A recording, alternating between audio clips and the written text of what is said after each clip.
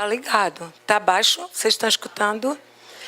Sim, então, no primeiríssimo momento, nós vamos assistir uma pequeníssima homenagem para a chegada de Vivez, um clipezinho de 1 minuto e pouco. Ele não está vendo que o quadro está no meio. Oi? Pronto, alguém pode apagar a luz, por favor?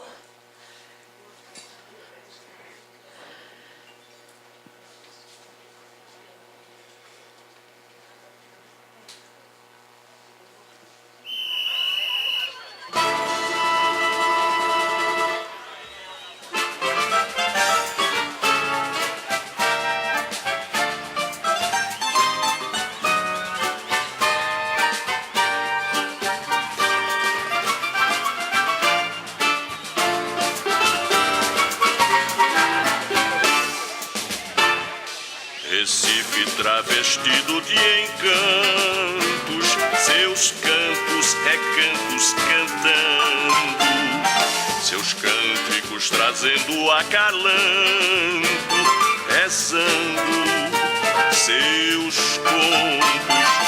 Os sonhos meninos dormindo viviam, os cântaros dos ninhos, os mimos passando, meninas mimosas, melindrosas, meninos ruidosos, espertos, fugazes, Josés e Marias, seus sonhos mentiam, porque não diziam de tantos pesares, rapazes, Zés, Manés, passados nos blocos, nas troças, o troço que és, pensando, voé, ó linda, tão linda, de tão lindo brilho que és, pensando, voé, brilhando e trilhando ladeiras em cores de fé.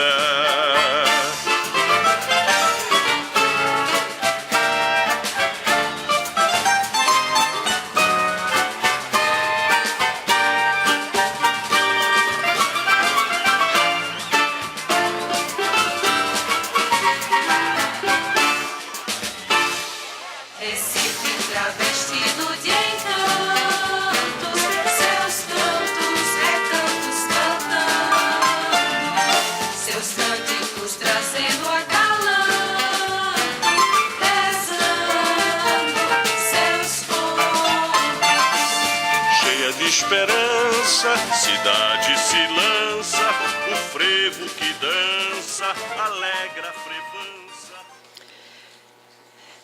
Foi boas-vindas a mais, né, de uma música de compositores pernambucanos. E aí agora a gente queria reapresentar, porque sabemos que muitos dos colegas estavam nas suas clínicas hoje de manhã e não puderam comparecer. Então a gente tem o prazer de reapresentar Vivez. Jean-Michel Vivez é psicanalista, membro da Associação Estância de Paris e do Corpo Freudiano, seção Rio de Janeiro, professor de Psicologia Clínica e Psicologia na Universidade Côte d'Azur, na Nice, França. Dramaturgo e músico. Também é autor da Voz na Clínica Psicanalítica, que teremos uma tarde de autógrafo, um fim de tarde de autógrafo ao lado da piscina, hoje no momento de uma homenagem aí também com o frevo. Cadê? Do livro da psicanálise na clínica e de outro livro, As Questões sobre a Voz dentro e fora do tratamento. Artigos publicados em periódicos no Brasil, França, Estados Unidos e Colômbia. A voz deve ser considerada um objeto essencial. Todo analista será solicitado a lhe dar seu lugar e a seguir suas encarnações diversas, como na psicose e na formação do superior. Esses ensinamentos de Jacques Lacan conduziram Jean-Michel Vives na sua implicação com a clínica e a transmissão da psicanálise, a realizar um estudo aprofundado da voz como objeto pulsional, pulsão invocante, e como objeto A, daí resultando importantes avanços teóricos e novas concepções. Por isso, convidamos a todos para esse encontro que está tendo continuidade na parte da tarde de hoje, sobre a função da voz na constituição subjetiva e na clínica psicanalítica. Bons trabalhos. Vou dar a palavra para...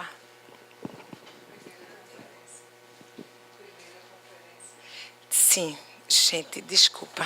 É que eu estava querendo dar logo a palavra para ele, mas... Então, vou continuar aqui.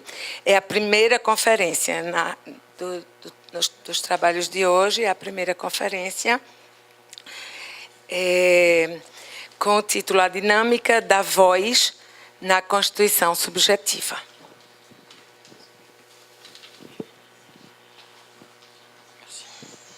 Merci beaucoup. Obrigada. Donc, cet après-midi, je voudrais introduire un certain nombre de choses qui me paraissent importantes. Então, agora de tarde, eu gostaria de introduzir um certo número de coisas que me parecem importantes. Pour penser la question de la pulsion invocante. Para pensar a questão da pulsão invocante. Puisque, comme le rappelait Raquel, nous sommes condamnés d'une certaine manière. Pois, como lembrava Raquel, nós somos condenados, de certa maneira, à ramasser les bribes laissées par Lacan sur la question de la pulsion invocante. A apanhar os fragmentos deixados por Lacan sobre a pulsão invocante. Pour essayer de constituer une cohérence para tentar constituir uma coerência qui n'existe pas dans l'œuvre lacanienne. Que não existe na obra lacaniana. C'est-à-dire que vous le savez très bien, il n'existe pas de développement aussi important concernant la voix. Vocês sabem que não existe desenvolvimento tão importante no que concerne a voz que de développement concernant le regard, par exemple, dans le séminaire 11. Quanto os que dizem respeito ao olhar, por exemplo, no seminário 11. Alors, il y a deux éléments que j'aimerais introduire cet après-midi. Ce sont la question du point sourd. Então, há dois elementos que eu gostaria de introduzir agora de tarde. Um é a questão do ponto surdo. Et la question du timbre. E a questão do timbre. Ce sont deux choses que j'essaye de faire avancer. São duas coisas que eu tento fazer avançar. Et qui ne sont pas des éléments qui ont été développés par Lacan. E que não são elementos que foram desenvolvidos por Lacan. Voilà. Alors, la première, la question du point sourd, c'est quelque chose que vous avez déjà pu lire à certains moments dans mes travaux. Então, a primeira questão do ponto surdo é algo que vocês já devem ter lido em alguns dos meus trabalhos. La question du timbre est quelque chose de plus récent. Enquanto que a questão do timbre é algo mais recente. Alors, pour parler de cette question du développement de la pulsion invocante et de la naissance du sujet psychique, então, para falar dessa questão da pulsão invocante e do nascimento do sujeito psíquico, il faut revenir à la façon dont je me suis approprié cette question du point sourd. Preciso voltar à maneira como eu me apropriei dessa questão do ponto surdo. En fait, les deux petites situations dont je vous ai parlé ce matin, de fato, as duas pequenas situações das quais eu lhes falei hoje de manhã, c'est-à-dire l'histoire de Lenz, celui qui entend les hurlements alors que les autres n'entendent que du silence. Quer dizer, a história de Lenz, aquele que ouve urros quando os outros só escutam silêncio. Ou le cas du patient psychotique qui vit avec le transistor collé à l'oreille. Ou o caso do paciente psicótico que vive com radinho colado no ouvido. Ce sont deux situations cliniques, une littéraire et une vécue cliniquement. São duas situações clínicas. Une littéraire, Lenz. Literárias. Et une que j'ai vécue cliniquement. E uma que eu vivi clinicamente. Qui me laisse penser, ou qui m'ont amené en fait à faire l'hypothèse que me levaram a fazer a hipótese que les névrosés que nous sommes os neuróticos que somos capables de nous assourdir nós somos capazes de ensurdecer à cette voix du réel, essa voz do real, là où le psychotique ne réussirait pas à le faire. ali onde o psicótico não consegue fazê-lo. Alors, pour reconstruire cette question du point sourd, je me suis appuyé en fait sur ce que Freud dit concernant le point aveugle. Então, para desenvolver essa questão do ponto surdo, eu me apoiei em Freud quando fala do ponto cego. C'est-à-dire que Freud, dans les 3 essais sur la théorie de la sexualité, Nos 3 ensaios sobre a teoria da sexualidade, Freud parle de la pulsion épistémophile, de fala da pulsão epistemofílica, la pulsion du désir de savoir. a pulsão do desejo de saber. Et l'hypothèse que fait Freud, E a hipótese que ele faz c'est que c'est parce qu'il manque un morceau de l'image que é porque falta pedaço da imagem, que le désir de reconstituer que o desejo de reconstituir serait à l'origine en fait de cette pulsion de savoir. estaria, na verdade, na origem dessa pulsão do saber. Donc ça c'est l'hypothèse freudienne qui met donc à l'origine du désir de connaissance un désir sexuel. Então, isso é a hipótese freudiana que põe na origem do desejo de conhecimento o desejo sexual. Les parties de l'image manquante étant, nous dit Freud, les organes sexuels qui sont dissimulés à la vision. Então, a partir dos Excuse-moi. Que ce qui est dissimulé à la vision, ce sont les organes sexuels. Sim, o que é dissimulado da visão são os órgãos sexuais. Ça, c'est la proposition freudienne, elle n'est pas fausse, elle est même intéressante lorsqu'on travaille avec des enfants qui sont en difficulté d'apprentissage. Essa é a proposição freudiana, ela não é falsa e é importante quando a gente trabalha com crianças em dificuldade de aprendizagem. Lacan va ouvrir cette perspective. Lacan vai abrir essa perspectiva Et il va dire que l'objet qu'il convient en fait d'oublier, e vai dizer que o objeto que convém esquecer c'est le regard. é o olhar. Et on peut le comprendre assez aisément, E podemos assim compreender facilmente, en ce sens que l'enfant, lorsqu'il arrive au monde, nesse sentido que quando a criança chega ao mundo, le bébé lorsqu'il naît, o bebê quando nasce, il est regardé de toutes parts ele é olhado por todos os lados, sans qu'il sache d'où ça le regarde. sem saber de onde isso olha. D'ailleurs, les bébés aujourd'hui sont photographiés, sont filmés constamment. Aliás, hoje os bebês são fotografados e filmados constantemente. Voilà. Et c'est vrai qu'ils subissent ce regard de toutes parts E é verdade que eles sofrem esse olhar de todas as partes, de sans todo, qu'ils puissent maîtriser ce regard. sem que ele possa dominar esse olhar, controlar. Alors cette question, elle est quand même assez importante, Então essa questão é muito importante, en ce sens que un théoricien anglais, Bentham, nesse sentido em que um teórico inglês, Bentham, a pu faire de ce regard dont on ne connaît pas l'origine le dispositif idéal d'emprisonnement. que ele pôde fazer desse olhar do qual não se conhece a origem um dispositivo de aprisionamento Idéal. ideal. Voilà. C'est ce qu'il a appelé le panopticon, É o que ele chamou panóptico, et que Foucault, dans Surveiller et punir, a repris et commenté. e que Foucault, em Vigiar e Punir, retomou e comentou. L'idée donc de Bentham, c'est que le prisonnier serait dans un espace où il sait qu'on le regarde, A ideia de Bentham é que o prisioneiro estaria num espaço onde ele sabe que estão olhando para ele, sans savoir d'où ça le regarde. mas sem saber de onde isso olha para ele. Voilà.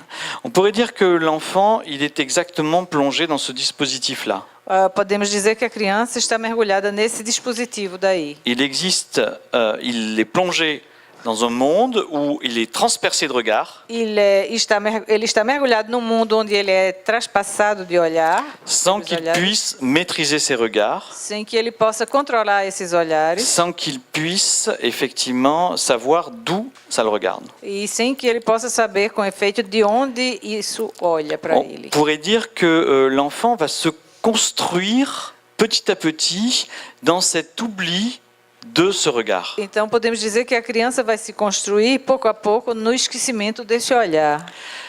On le repère par exemple dans l'importance que le fait de pouvoir disparaître au regard de l'autre pour l'enfant Podemos verificar isso na importância que há da criança de quando ela pode desaparecer para o olhar do outro. chez le bébé, ça prend des formes assez comiques.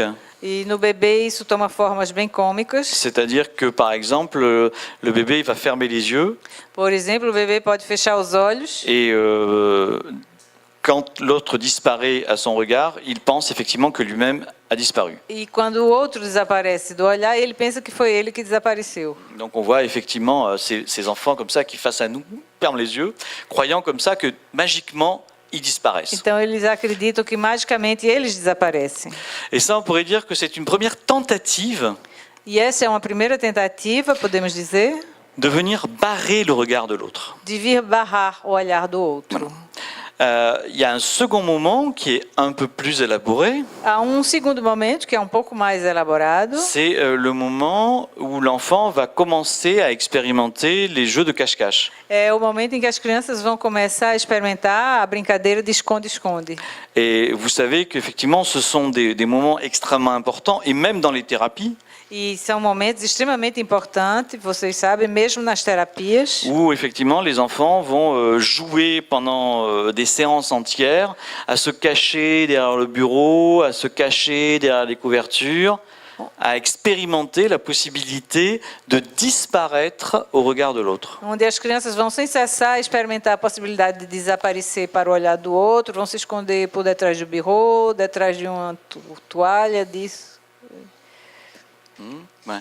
Et ça, encore une fois, on pourrait dire c'est une autre forme de possibilité d'expérimenter qu'on peut ne pas être sous le regard de l'autre. E é uma forma de experimentar que podemos não estar sob o olhar do outro.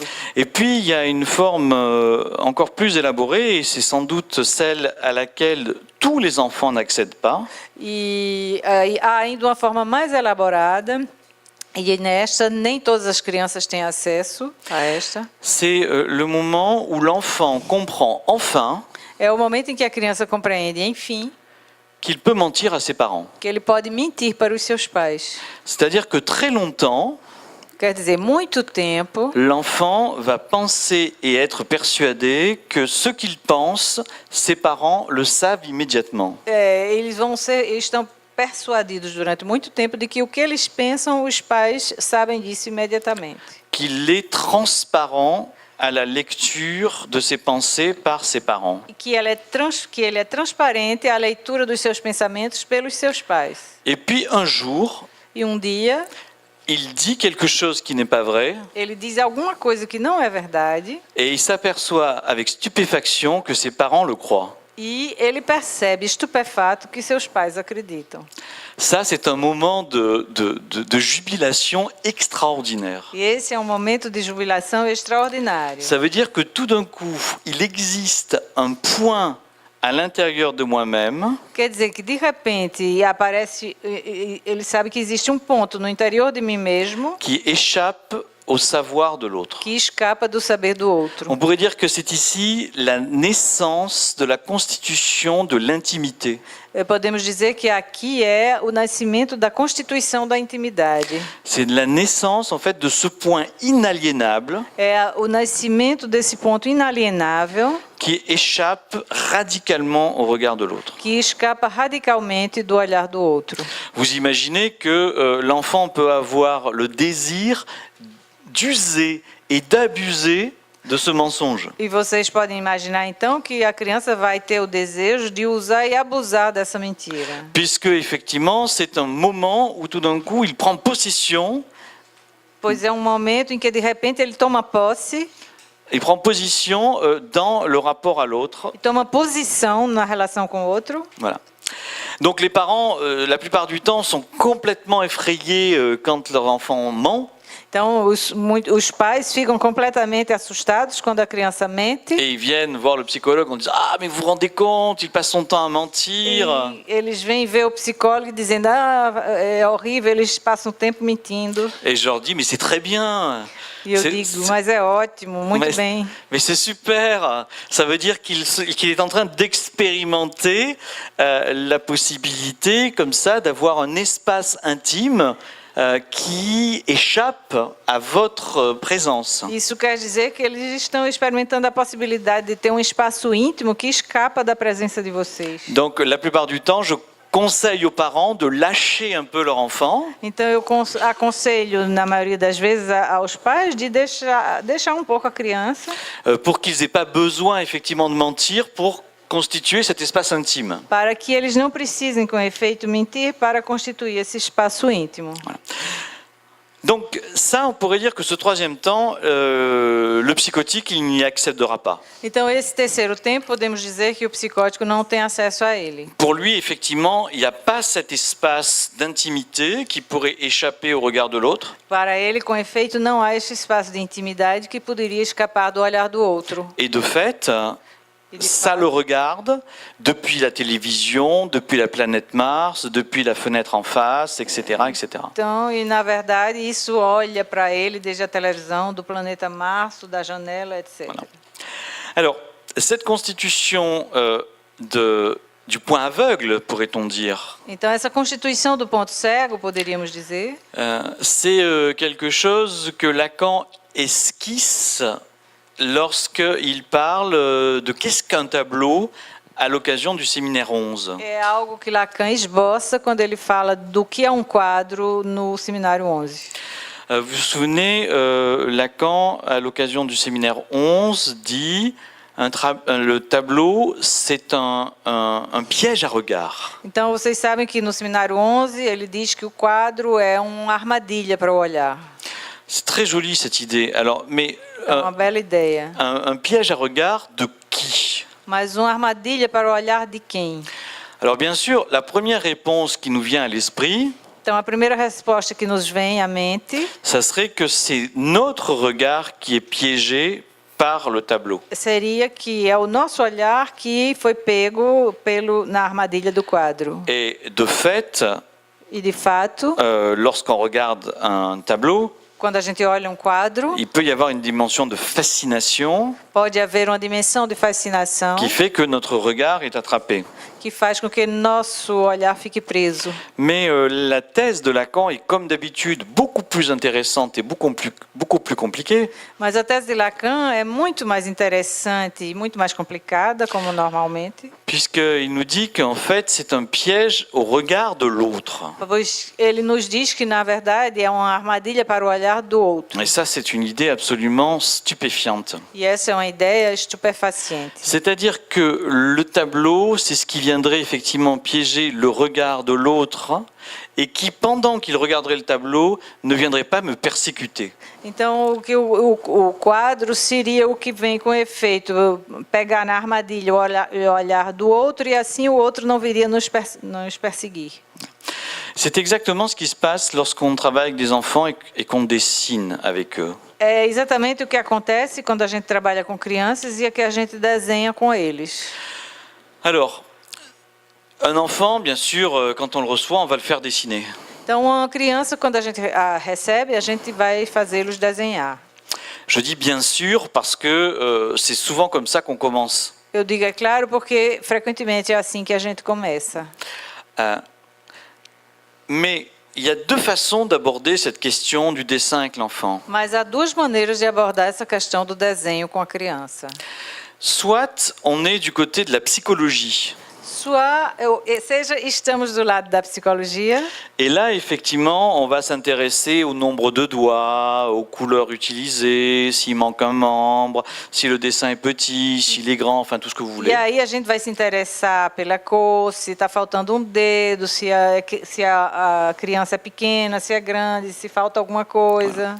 Donc ça, c'est en fait, c'est les travaux développement, de psychologie du développement. E isso, na verdade, são os trabalhos da psicologia do desenvolvimento. C'est pas inintéressant, Não deixa de ser interessante, mais c'est pas le travail du psychanalyste. mas não é o trabalho do psicanalista. Si on essaye effectivement de comprendre ce qui se passe dans la relation avec l'enfant lorsqu'on dessine d'un point de vue psychanalytique et qu'on suit Lacan, E se a gente tenta entender o que se passa na relação com a criança no desenho do ponto de vista psicanalítico e que, segundo Lacan, on pourrait dire que l'enfant dessine poderíamos dizer que a criança desenha pour venir attraper notre regard. para vir prender o nosso olhar.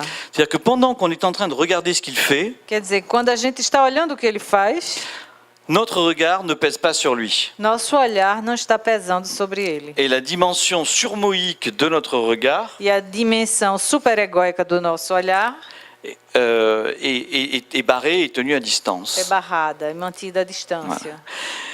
Donc, vous voyez, c'est ça qui se dessine si on lit d'une certaine manière Freud et Lacan par rapport à la dimension du visuel. Então é isso que a gente esboça se a gente lê Freud e Lacan em relação ao visual. C'est-à-dire que le visuel, le champ du visuel, Quer dizer, o visual, o campo do visual, se structurerait autour d'un point aveugle se estruturaria em torno de um ponto cego qui permettrait effectivement au fait que le champ de la vision tienne. que permitiria, de fato, que o campo da visão se mantenha. Et vous l'aurez compris, dans ce champ-là, il y a une expression subjective qui est effectivement la mise en évidence d'une part inaliénable au regard de l'autre. E vocês vão compreender que nesse campo, então, vai ser posto em evidência alguma... Não me esqueci, me perdi. Un point inaliénable. Um ponto inalienável para o olhar do outro. Voilà. Cette dimension de subjectivation, Essa dimensão de subjetivação, on peut la rencontrer à l'occasion des trois pulsions que sont la pulsion orale, la pulsion anale et la pulsion scopique. poderemos encontrá-la nas 3 pulsões, a oral, a anal e a escópica. À l'occasion de la pulsion orale, Por ocasião da pulsão oral, l'enfant peut refuser le sein ou le biberon qu'on lui donne. a criança pode recusar o seio ou a mamadeira que lhe dão. Donc c'est une première expression de la subjectivité de l'enfant. Então é uma primeira expressão da subjetividade da criança. Mais vous savez aussi que dans les moments d'allaitement, Mas vocês sabem também que nos momentos de amamentação, il y a de longs échanges de regards entre la mère et l'enfant. há longas trocas de olhar entre a mãe e a criança. Et si l'enfant refuse ces échanges de regards avec la mère, E se a criança recusa essas trocas de olhar com a mãe, la mère effectivement devient très vite anxieuse, angoissée, a mãe, com efeito, rapidamente vai se tornar ansiosa e angustiada. et là encore une fois, on voit comment l'enfant peut expérimenter son pouvoir sur l'autre E aí a gente vê como a criança pode experimentar o seu poder sobre o outro et une manifestation de sa subjectivité naissante. e uma manifestação da sua subjetividade nascente. Même chose avec la pulsion anale, A mesma coisa com a pulsão anal, puisque la pulsion anale, vous vous en souvenez, Lacan l'articule à la demande de l'autre. pois que a pulsão anal, vocês sabem que Lacan articula com a demanda do outro, Et cette demande de l'autre, e essa demanda do outro, l'enfant peut y accéder ou pas. a criança pode ter acesso ou não. Il peut effectivement accepter de céder ses fesses à l'endroit et au moment où lui demande l'environnement maternant. Ele pode, com efeito, aceitar ceder suas fezes no lugar e no momento que o meio, o entorno lhe pede, Et puis, il peut aussi refuser. mas ele pode também recusar. Et là également, nous trouvons donc une autre modalité d'expression de la subjectivité infantile. E aí a gente encontra uma outra modalidade de expressão da subjetividade infantil. Même chose avec la pulsion scopique, comme je vous l'ai montré précédemment. E a mesma coisa com a pulsão escópica, como eu já mostrei precedentemente.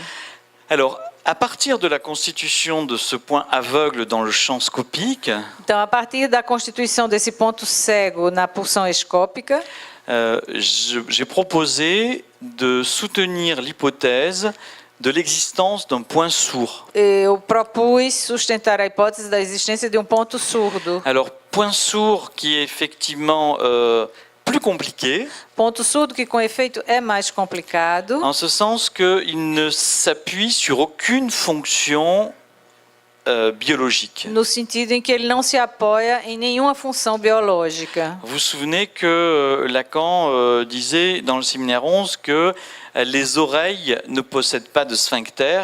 Vocês se lembram que Lacan dizia no seminário 11 que os ouvidos não possuem esfíncteres. Et c'est vrai que aussi bien la bouche que l'anus et même les yeux Que vocês sabem que tanto a boca como o ânus e os olhos possèdent effectivement ces sphincters qui permettent effectivement cette fermeture d'une certaine manière. possuem os esfíncteres que permitem, de uma certa maneira, o fechamento. Et c'est vrai que les oreilles ne se ferment pas. Então é verdade que os ouvidos não se fecham Et on peut tous faire l'expérience effectivement que même en se bouchant les oreilles, on continue à entendre. e a gente pode fazer a experiência que mesmo tapando os ouvidos, a gente ainda pode continuar a ouvir. Ce qui montre bien qu'on n'entend pas simplement avec les oreilles, O que mostra que a gente não ouve somente com os ouvidos, mais également avec tout notre corps. mas igualmente com todo o nosso corpo.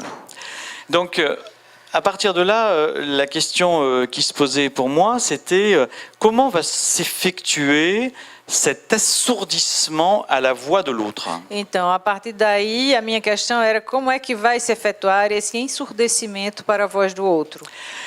Et c'est là que intervient pour moi la question du timbre. E é aí que, para mim, intervém a questão do timbre. Alors, le timbre est un paramètre musical un peu particulier. Então, o timbre é um parâmetro musical um pouco particular. Alors, vous savez qu'il existe 4 paramètres du son. Vocês sabem que existem 4 parâmetros do som: La hauteur, a altura, qui se mesure en hertz, que se mede em hertz, la puissance, a potência, qui se mesure en décibels, que se mede em decibéis, la durée, a duração, qui va se mesurer en secondes, que vai se medir em segundos, et le timbre. e o timbre.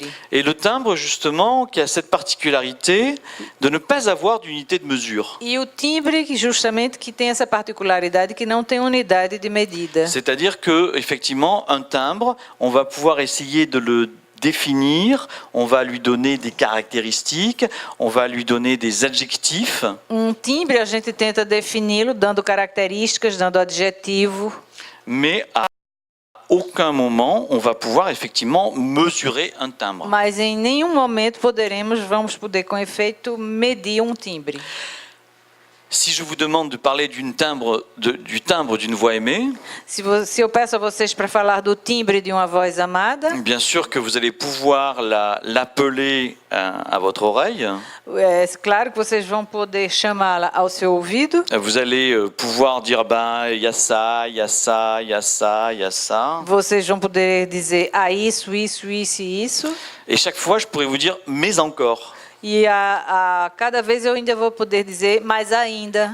C'est-à-dire qu'effectivement, jamais il ne pourra y avoir un mot qui viendra arrêter la suite de ces qualificatifs. Quer dizer que jamais poderá haver uma palavra que vai parar a sequência dessas qualificações. Donc on pourrait dire que le timbre, Então poderíamos dizer que o timbre c'est ce qui échappe à la dimension symbolique.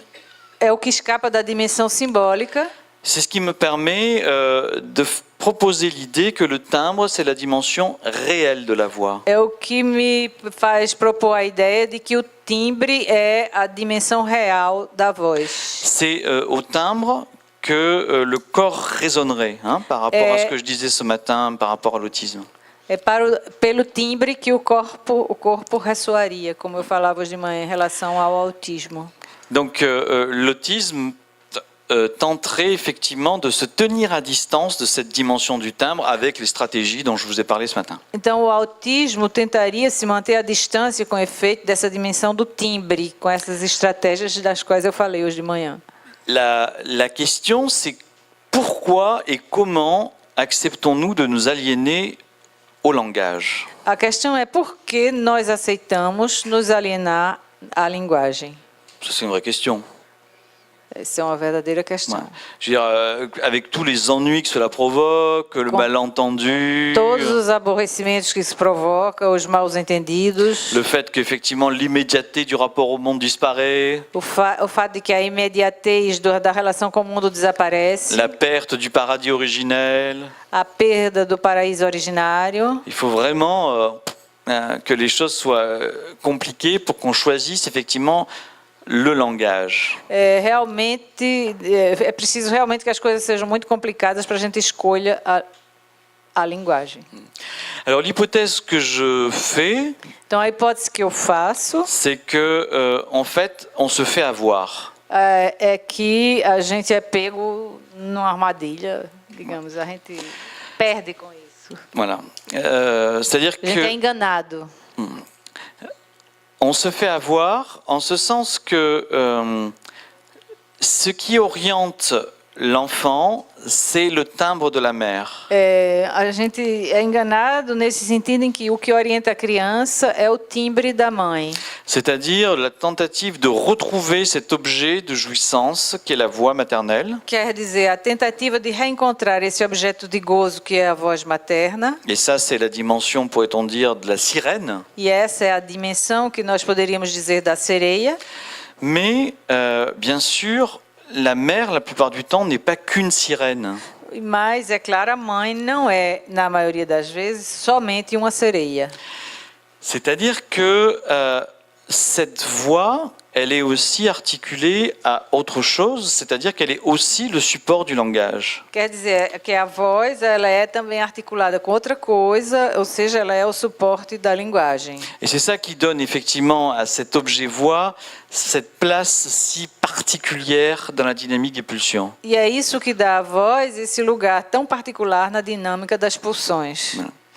Et donc, l'idée, Então, a ideia ce serait que l'enfant vient incorporer la voix. seria que a criança vem incorporar a voz. Et c'est ce que dit Lacan dans le séminaire 10, une voix, ça s'incorpore. E é isso que diz Lacan no seminário 10, uma voz ela se incorpora. C'est quand même étrange comme formule, s'incorpore. É estranho como fórmula. C'est-à-dire mettre à l'intérieur du corps. Quer dizer, pôr no interior do corpo. Donc il y a vraiment quelque chose de l'ordre qui fonctionne sur le mode du jugement d'attribution. Então, portanto, há alguma coisa que funciona sobre o modo de jogo de atribuição. C'est-à-dire, vous savez, ce qui est bon, je le mets en moi, ce qui est mauvais, je le mets hors moi. Quer dizer, o que é bom eu ponho em mim, o que é ruim eu ponho fora de Ça, mim. c'est donc le jugement d'attribution que Lacan met à la naissance du sujet, Freud, pardon, met à la naissance du sujet à l'occasion du texte sur la dénégation. Então, isso é o julgamento de atribuição que Freud põe no nascimento do sujeito no texto da denegação. Et donc, une voix, ça s'incorpore. Uma voz, então, se incorpora. Ça serait l'idée qu'effectivement, on vient jeter à l'intérieur, Então, seria uma ideia de que se vem lançar no interior, avaler cette voix. engolir essa voz. Mais, comme je vous le disais tout à l'heure, cette voix, la plupart du temps, elle n'est pas seule. Mas essa voz, na maioria das vezes, não é só. Elle est aussi accompagnée du langage. Ela também está acompanhada pela linguagem. L'idée que je propose à ce moment-là, A ideia que eu proponho, então, c'est l'idée du pêcheur, é a ideia do pecador, c'est-à-dire que... pescador. pescador. L'idée du pêcheur, A ideia do pescador. c'est-à-dire que, vous savez, quand on pêche, il y a un hameçon Quando a gente pesca, tem um anzol et par-dessus, on met un appât. e embaixo se põe uma isca. Et donc, l'idée, ça serait que l'enfant viendrait manger l'appât de la voix de la mère Então, a ideia é que a criança viria comer a isca da voz da mãe et serait hameçonné par le langage. e seria presa no anzol da linguagem. Ça serait ça, en fait, le fait de se faire avoir. Seria isso o fato de ser enganado. Voilà. C'est-à-dire qu'on est trompé à la recherche de cette jouissance vocale. Quer dizer, somos enganados na procura desse gozo vocal. Et c'est quelque chose, effectivement, qui est une espèce de package. E é algo que é só esse tipo de package. Voilà. Donc, avec la voix maternelle viendrait le langage. E com a voz materna viria a linguagem. Il existe certains petits poissons malins Existem alguns peixinhos astuciosos qui viennent sussauter l'appât que vêm sugar a isca sans mordre à l'hameçon. sem morder no anzol. Voilà. Les pêcheurs ont tous cette expérience-là. Então, todos os pescadores têm essa experiência De poissons qui sont suffisamment malins pour venir sussauter l'appât sans mordre à l'hameçon. de peixinhos que vêm sugar na isca sem se prender no anzol.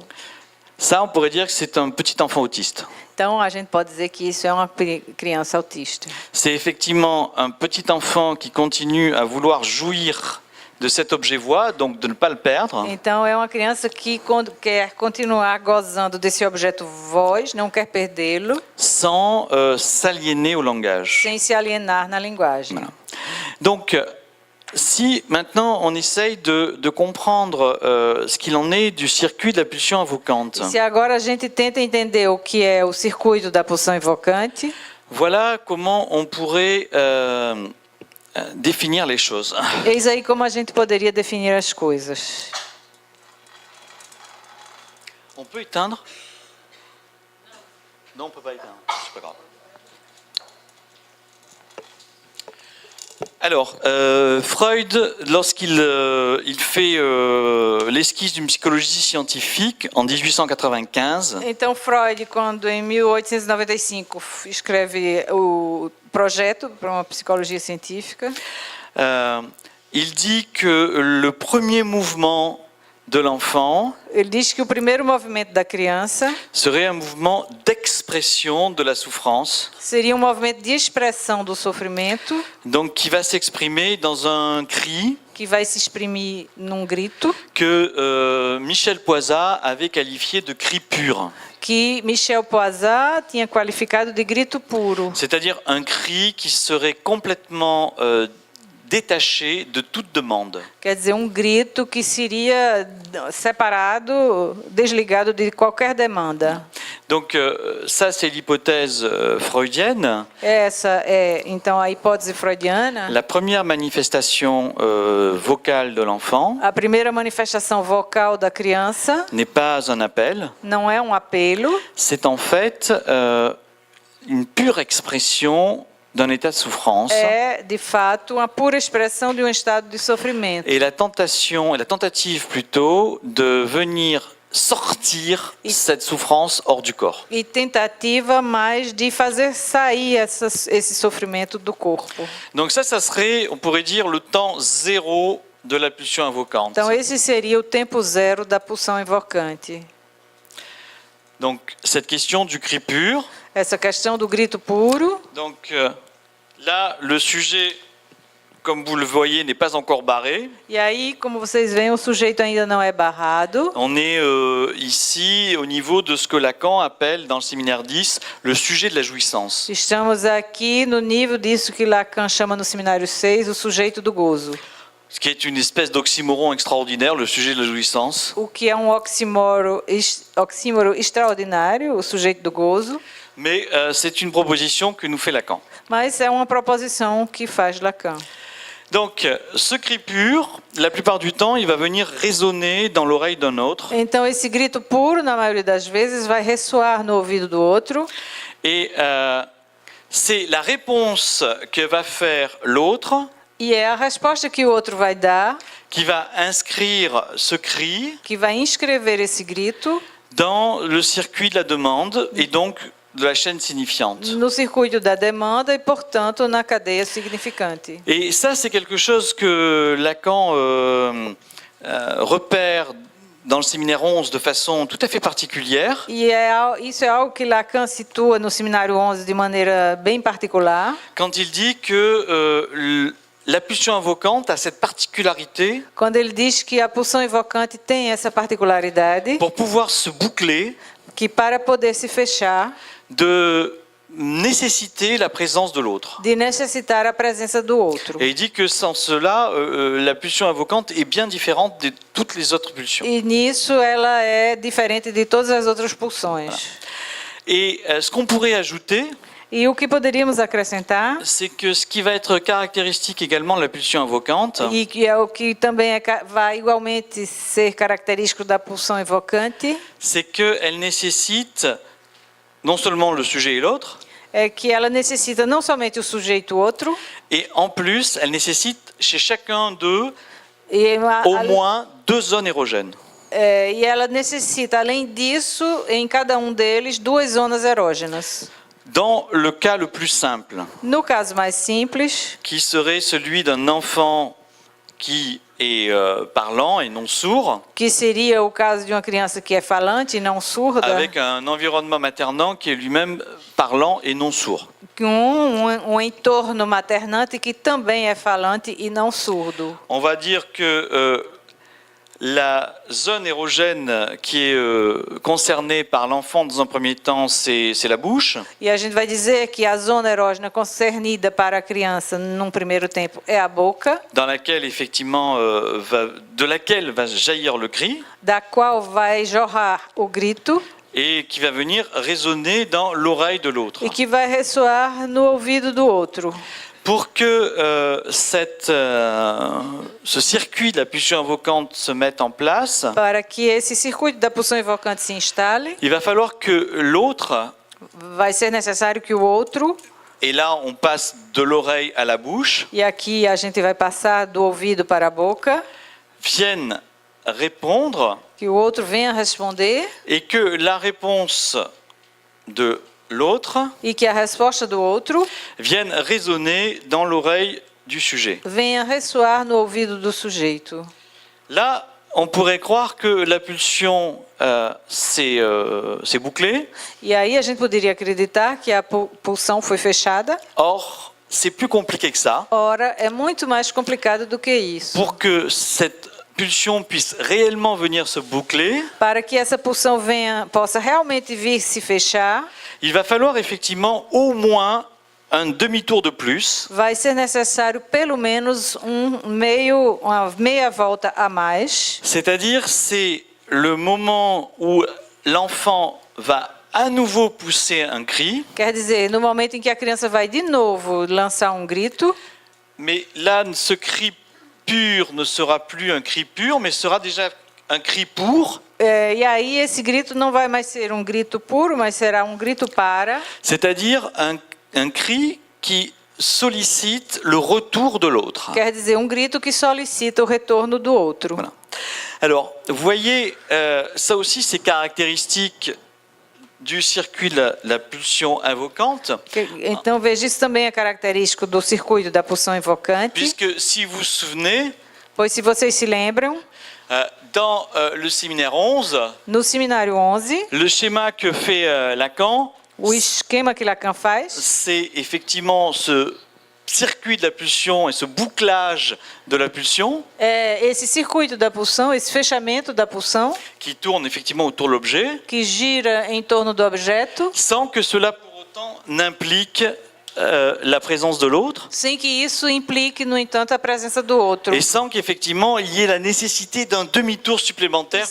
E sem que haja a necessidade de meia volta suplementar. Donc, on pourrait dire que ce demi-tour supplémentaire, Então, poderíamos dizer que essa meia volta suplementar c'est le moment de la constitution de l'autre. é o momento da constituição do outro. Et c'est avec ce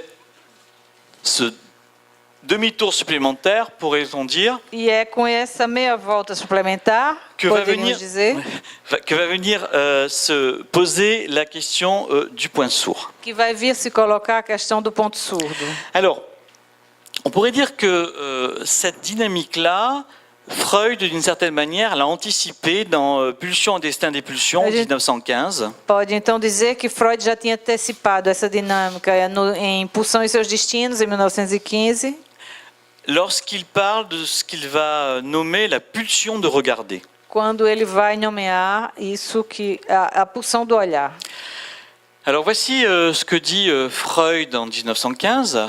Então veja o que diz Freud em 1915. Le regarder O olhar, en tant qu'activité dirigée sur un objet étranger, enquanto atividade dirigida para um objeto estrangeiro, ça c'est la première position. essa é a primeira posição. L'abandon de l'objet, le retournement de la pulsion de regarder sur une partie du corps propre O abandono de l'objet. do objeto e o retorno da pulsão sobre o corpo próprio. Voilà. En même temps, le renversement en passivité et la mise en place du nouveau but, être regardé. E, ao mesmo tempo, a inversão da passividade e a instalação de um novo objetivo, que é Être regardé. ser olhado. Et troisième point qui me paraît extrêmement important, E terceiro ponto, que me parece extremamente importante, c'est ce que Freud va appeler l'installation d'un nouveau sujet é o que Freud vai chamar a instalação de um novo sujeito, auquel on se montre pour être regardé par lui. ao qual nos mostramos, se mostra para ser olhado por ele. Et alors ça, c'est tout à fait énigmatique, cette question d'un nouveau sujet. E essa questão do novo sujeito é totalmente enigmática. D'abord, le terme de sujet, c'est pas un terme que Freud utilise beaucoup. Aliás, o termo de sujeito não é um termo que Freud utiliza muito. C'est, je crois qu'on en trouve 2 ou 3 occurrences dans toute son œuvre. Acho que a gente encontra 2 ou 3 ocorrências na sua obra toda. Et puis, pour autant, il n'explique absolument pas quelle est la nouveauté de ce sujet. En quoi est-il nouveau? E ele não explica qual é a novidade desse sujeito, em que ele é novo. Voilà. Alors, l'hypothèse que je fais, moi, concerne... Bon, Freud en parle au niveau de la pulsion de regarder. Moi, j'en parle au niveau de la pulsion invocante. Então, Freud fala no nível da pulsão de olhar e eu falo no nível da pulsão invocante. Donc, l'idée, pour moi, de ce nouveau sujet, A ideia, para mim, então, desse novo sujeito c'est la possibilité pour l'enfant é a possibilidade para a criança de venir positionner un autre de vir posicionar um outro qui soit susceptible de le supposer. que seria susceptível de supô-lo. Voilà. Donc ce matin, je vous parlais de cette question de la supposition et de l'importance qu'elle a. Então, hoje de manhã eu falava da questão da suposição e da importância que ela tem. Effectivement, la question de la supposition, Com efeito, a questão da suposição c'est quelque chose qui me paraît central dans la clinique de l'enfant et du nouveau-né. é uma coisa que me parece central na clínica da criança e do recém-nascido. C'est-à-dire que ce qui est spécifique chez la mère, lorsque la relation entre la mère et l'enfant se développe de façon normale, Quer dizer, o que é específico na mãe quando a relação entre ela e o bebê se desenvolve de maneira normal c'est la possibilité que la mère a d'improviser. é a possibilidade que a mãe tem de improvisar. Et le terme d'improvisation ici me paraît important, E aqui o termo de improvisação me parece importante. d'improviser des réponses De improvisar respostas spécifiques específicas pour cet enfant. para essa criança. Et vous savez très bien, les parents qui ont vécu cette expérience, ou lorsque les parents nous parlent de cette expérience, E vocês sabem muito bem, os pais que já viveram essa experiência, ou os pais que nos falam dessa experiência, chacun peut témoigner du fait qu'on n'a pas été le même avec chacun de nos enfants. que todos podem dar testemunho que não foram os mesmos com cada um dos filhos. Nous avons tous effectivement expérimenté qu'avec le premier, on n'a pas été la même chose qu'avec le second, qu'avec le troisième, etc., A etc. gente sabe que com o primeiro fomos de uma maneira e não foi a mesma coisa com o segundo e etc. Alors si effectivement on fait de la thérapie familiale, E se com efeito se faz terapia familiar, on va dire qu'effectivement, ça dépend de la place de l'enfant, des projections, etc., etc. vamos dizer com efeito que isso depende do lugar da criança, das projeções, etc. e tal. C'est sans doute très juste, Isso é sem dúvida justo, mais je pense aussi que de façon plus essentielle encore, mas eu penso também que de maneira ainda mais essencial, que nous allons répondre différemment que nós vamos responder diferentemente en fonction du réel que nous impose cet enfant-là. em função do real que essa criança daí nos impõe. Voilà. Donc c'est moins la dimension imagino-symbolique qui serait au premier plan ici, Então, se é menos a dimensão imaginária e simbólica que seria aqui em questão, que la dimension réelle do que a dimensão real, que nous sommes obligés d'accueillir et à laquelle il nous convient de répondre. que nós somos obrigados a acolher e a qual nos convém responder. Cette question de l'improvisation, Essa questão da improvisação c'est quelque chose qu'il faut entendre au sens musical du terme. é algo que é preciso entender no sentido musical do termo. C'est-à-dire que quand on improvise, Quer dizer, quando a gente improvisa, on ne fait pas n'importe quoi. não se faz qualquer coisa. C'est même le contraire. É muito o contrário. C'est-à-dire que dans le langage courant, Quer dizer, na linguagem corrente, improviser, s'improviser, improvisar, se improvisar, ça a toujours une dimension extrêmement péjorative. isso tem uma dimensão extremamente pejorativa. Improviser une réponse, Improvisar uma resposta, s'improviser psychanalyste. se improvisar psicanalista. S'improviser psychanalyste, c'est le contraire de s'autoriser psychanalyste. Se improvisar psicanalista é o contrário do se autorizar psicanalista. Mais dès qu'on est du côté de la musique, Mas desde que estamos do lado da música, la question de l'improvisation est quelque chose d'extrêmement précis. a questão da improvisação é algo de extremamente preciso. C'est-à-dire que l'improvisateur, Quer dizer, o improvisador c'est celui qui a reçu quelque chose, é aquele que recebeu alguma coisa, qui s'est emparé d'un code musical que se apoderou de um código musical et qui est capable de le transmettre en y intégrant sa subjectivité. e que é capaz de transmiti-lo integrando nele a sua subjetividade. Et ça, c'est essentiel. E isso é essencial. On pourrait dire que l'environnement maternant est exactement dans la même position. Podemos dizer que o entorno materno está exatamente nessa mesma posição. Effectivement, cet environnement a reçu le code symbolique Com efeito, esse entorno recebeu o código simbólico et il est en demeure de le transmettre, e está em condições de transmiti-lo, mais en y imposant sa subjectivité. mas impondo nele a sua subjetividade. Et ça, c'est essentiel. E isso é essencial. C'est-à-dire que c'est pas la transmission d'un code, Quer dizer, não é a transmissão de um código, mais c'est la transmission d'une parole. mas a transmissão de uma fala. Et la transmission d'une parole, effectivement, implique un sujet. A transmissão de uma fala implica um sujeito. Voilà. Ce qui va être donc caractéristique à ce moment-là du rapport entre la mère et l'enfant, E o que vai então ser característico da relação entre a mãe e a criança c'est que très vite, il va se mettre en place une espèce de duo mère-enfant. é que rapidamente vai se instalar uma espécie, se fabricar uma espécie de duo, mãe-filho.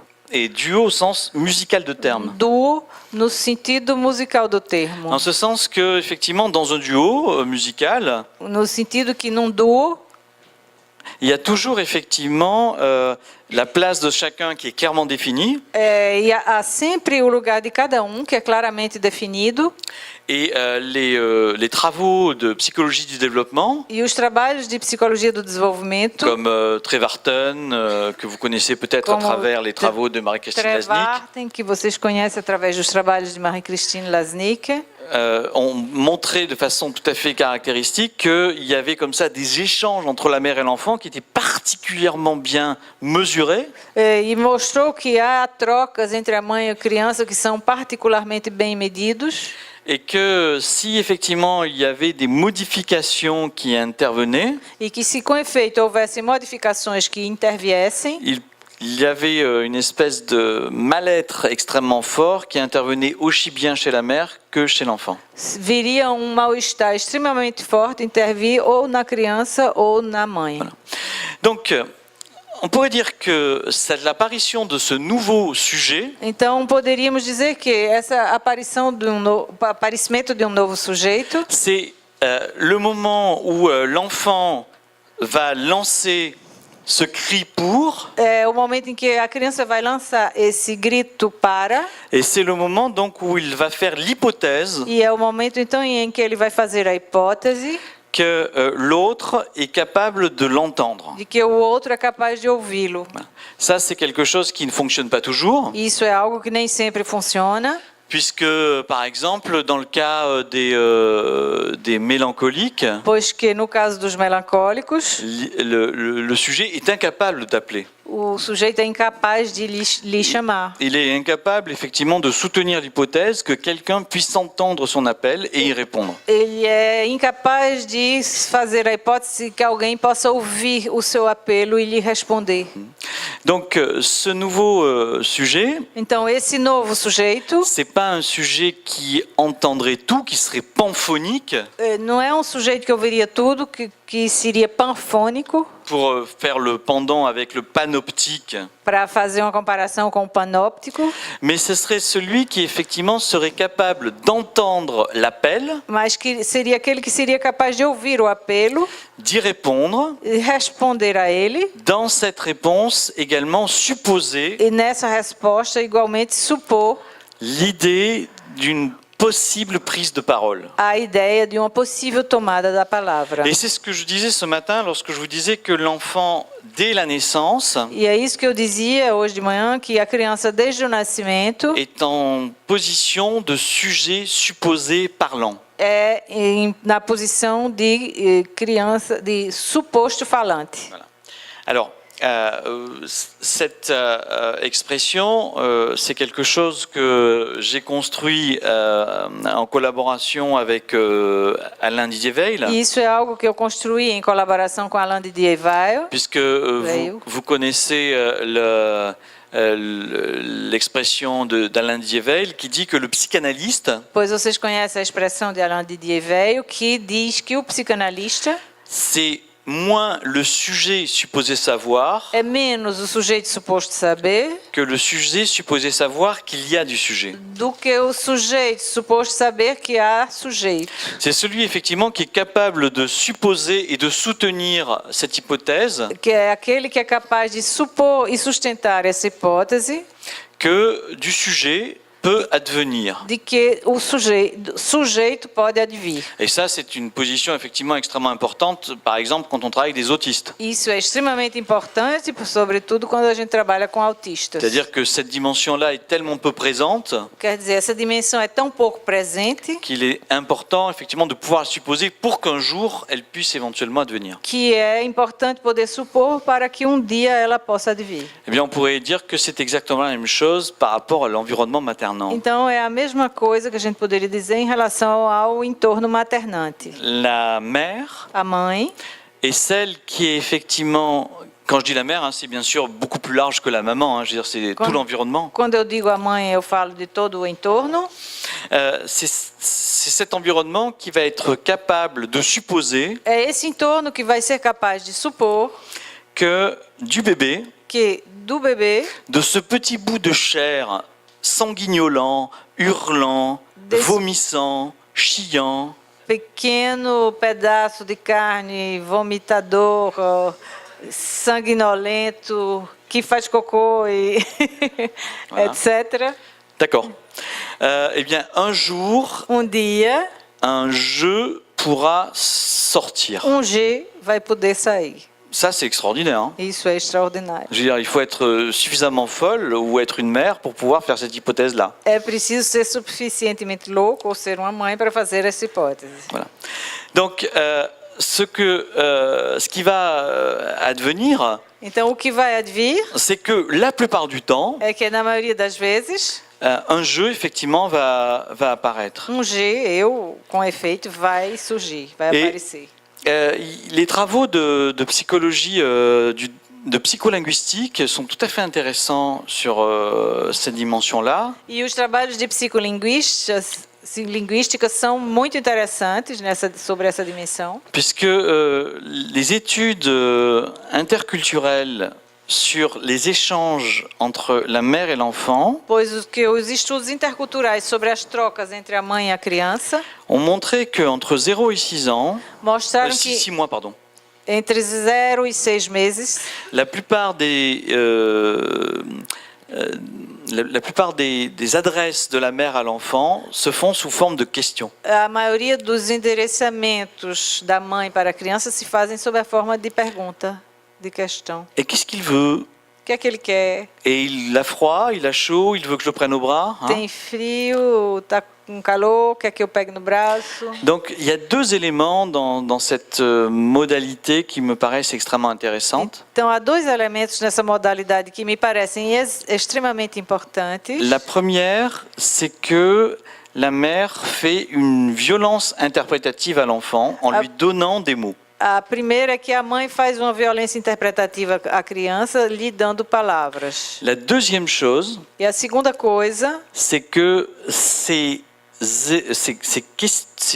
adresses se font sous forme interrogative. é que esses endereçamentos se fazem sob a forma interrogativa. Et ça, c'est tout à fait intéressant, E isso é muito interessante, parce que la forme interrogative vient à la fois adoucir la violence de l'interprétation, e porque, em primeiro, a interrogação vem adocicar a violência da interpretação, puisqu'effectivement, quand on pose une question, on peut éventuellement répondre non. porque, com efeito, quando a gente faz uma pergunta, pode-se responder não.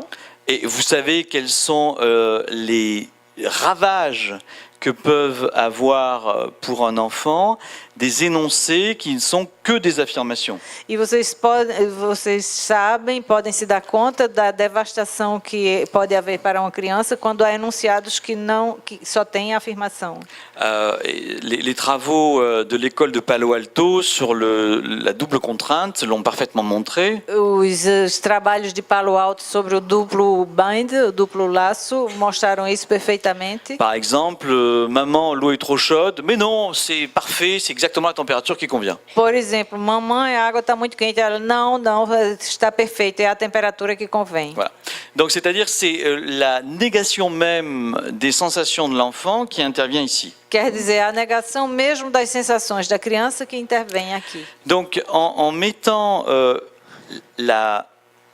l'adresse à l'enfant sous forme de question, Portanto, pondo o endereçamento sendo sobre a forma de questão, on pourrait dire d'une certaine façon qu'il y a quelque chose qui s'apaise de la violence interprétative. então a gente pode dizer que algo aí se acalma, se adocica, né?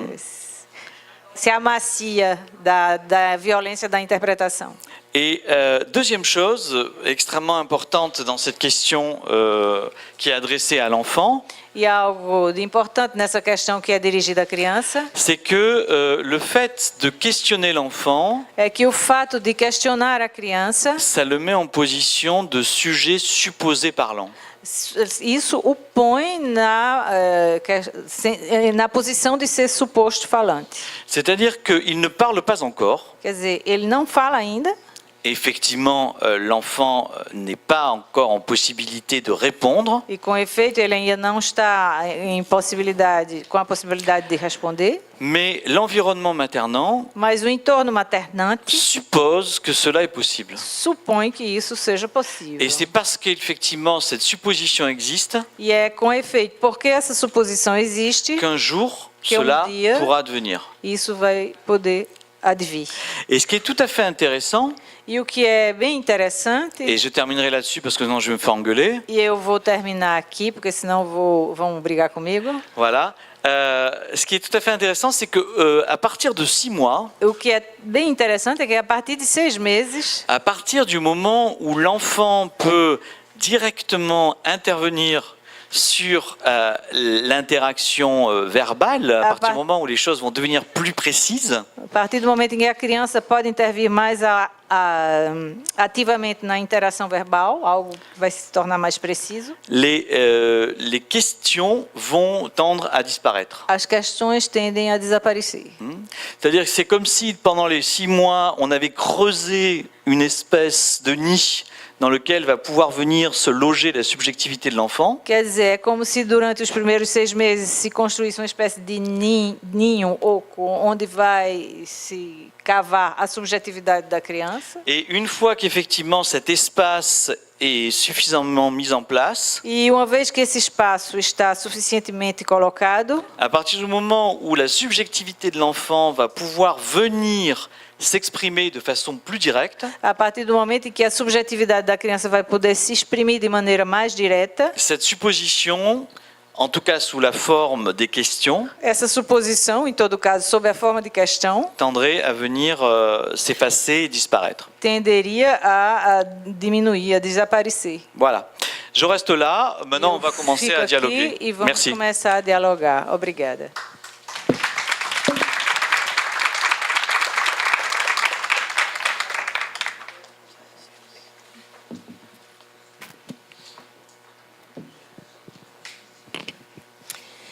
Primeiro momento, a gente agradece a Vivez a excelente conferência e sabemos todos que uma conferência dispensa questões, mas é tão rico e tão valioso e a presença dele aqui que a gente abre um espaço, alguns minutos, para a gente poder dialogar um pouquinho com ele.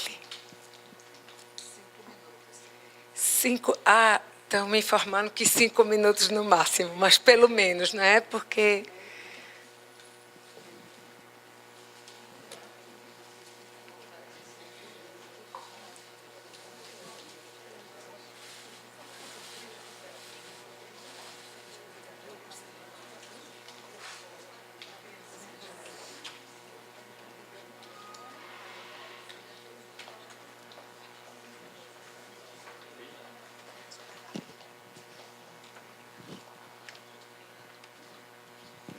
estava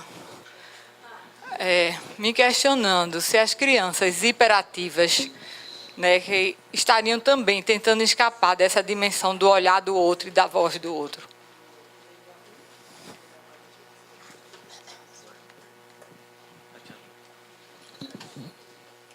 Cadê o... Je crois que c'est une hypothèse tout à fait pertinente. Acho que é uma hipótese bem pertinente. En tout cas, c'est celle que je suis actuellement. Então, em todo caso, é essa que eu estou seguindo atualmente. C'est-à-dire que c'est une façon de ne jamais être là Quer dizer, é où uma on maneira l'attend. de nunca estar ali onde se espera que ele esteja. Donc effectivement, le regard peut avoir une dimension extrêmement perturbatrice. Então, o olhar pode ter uma dimensão extremamente perturbadora. Et la mythologie grecque nous le raconte suffisamment. A mitologia grega nos conta suficientemente sobre isso. Il y a tout un tas d'exemples. Há monte de exemplos. L'exemple le plus fameux et le plus terrible E o mais famoso e célebre dos exemplos est la dimension de Méduse. é a dimensão da Medusa. En quoi, effectivement, le regard de Méduse Nisso em que o olhar da Medusa peut, effectivement, à un moment, pode, com efeito, num momento, pétrifier. petrificar. Voilà. Et ce regard de Méduse, E esse olhar de Medusa, je pense que c'est une imaginarisation mythologique du regard, d'un certain type de regard du surmoi. eu acho que é uma imaginarização mitológica de um certo tipo de olhar superegóico. Voilà. Et effectivement, aujourd'hui, c'est de plus en plus difficile d'être un enfant, je crois. Então, hoje, é cada vez mais difícil de D'être un enfant. ser uma criança. Voilà. Il y a quelques années, je veux dire, bon, je pouvais sortir, aller courir comme ça, tranquillement, sans avoir constamment mes parents sur le dos. No passado, a gente podia sair, correr por aí, sem ter os pais atrás o tempo todo. Aujourd'hui, j'ai des patients Hoje eu tenho pacientes qui me racontent qu'ils installent des caméras dans la chambre de leurs enfants que eles instalam câmeras no quarto das crianças pour vérifier que tout va bien. para verificar que tudo vai bem. Alors bien sûr, la plupart du temps, ça vient d'un bon sentiment, si j'ose dire. É claro que na maioria das vezes isso vem de bom sentimento, se eu Mais dizer. en France, il y a une expression qui dit que l'enfer est pavé de bonnes intentions. Mas na França tem uma expressão que diz o inferno está cheio de boas intenções. Voilà. Voilà. Et donc, en fait, vous voyez, il y a, c'est bon, je termine là. Vous voyez, il y a quelque chose d'insupportable, je crois, pour l'enfant, Então há algo de insuportável para a criança, de ne plus avoir, même dans sa chambre, de não ter mais nem mesmo no seu quarto d'espace où il puisse échapper au regard Oui. de l'autre. espaço onde ele poderia escapar do olhar do outro. Et moi, je pense que si effectivement j'étais confronté à ça, E se com efeito eu estivesse confrontado com isso, com je efeito, serais hyperactif. eu seria hiperativo. Ça serait effectivement la seule solution pour s'en sortir. É a única solução para se virar com Et isso. pour faire Pra ele. suffisamment chier ses parents, E para chatear suficientemente seus pais, pour que, voilà, au moins ça leur coûte quelque chose. para que isso custe alguma coisa para eles. À mon avis, la solution la meilleure, souvent, c'est d'essayer de mettre un peu de distance, d'espace entre ses parents, qui sont souvent des parents très bienveillants, très anxieux, très désireux de bien faire. Então, na maioria das vezes, eu tento instalar uma distância entre esses pais e essas crianças, que em geral são muito acolhedores, muito bonzinhos. Beaucoup trop. Hein, beaucoup trop. Demasiado presentes. Et effectivement, ça nécessite de pouvoir lâcher. Hein. E é preciso largar pouco. Mais c'est extrêmement compliqué parce que de plus en plus, on est confronté à des parents qui veulent tout savoir. Je veux dire, des enfants qui se baladent avec des téléphones portables. Mas, ao mesmo tempo, é cada vez mais difícil porque a gente se depara com pais que querem saber de tudo. Então, crianças que têm já um telefone portátil, celular. Simplement pour qu'on puisse constamment les contacter. Para que se possa constantemente contactá-los. Mais à partir de là, quand est-ce qu'on va pouvoir fumer sa première cigarette? Então, a partir daí, quando é que se vai poder fumar primeiro cigarro? Quand est-ce qu'on va pouvoir faire le premier baiser? Quando é que vai se dar o primeiro beijo? Quand est-ce qu'on va pouvoir avoir sa première relation sexuelle sans avoir ses parents sur le dos? Quando é que se vai ter a primeira relação sexual sem ter os pais nas costas? C'est incroyable. Incrível, na cola é.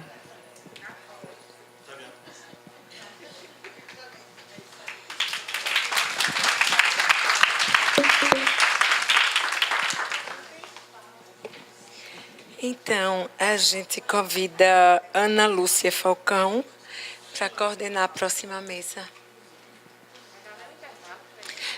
Em seguida, pelo menos é o que está aqui no programa. Você acha que pode...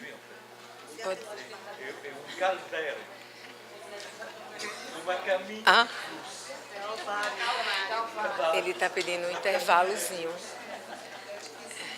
Ok, então a gente faz 15 minutos de intervalo, tomar um café. Ninguém quer lhe matar.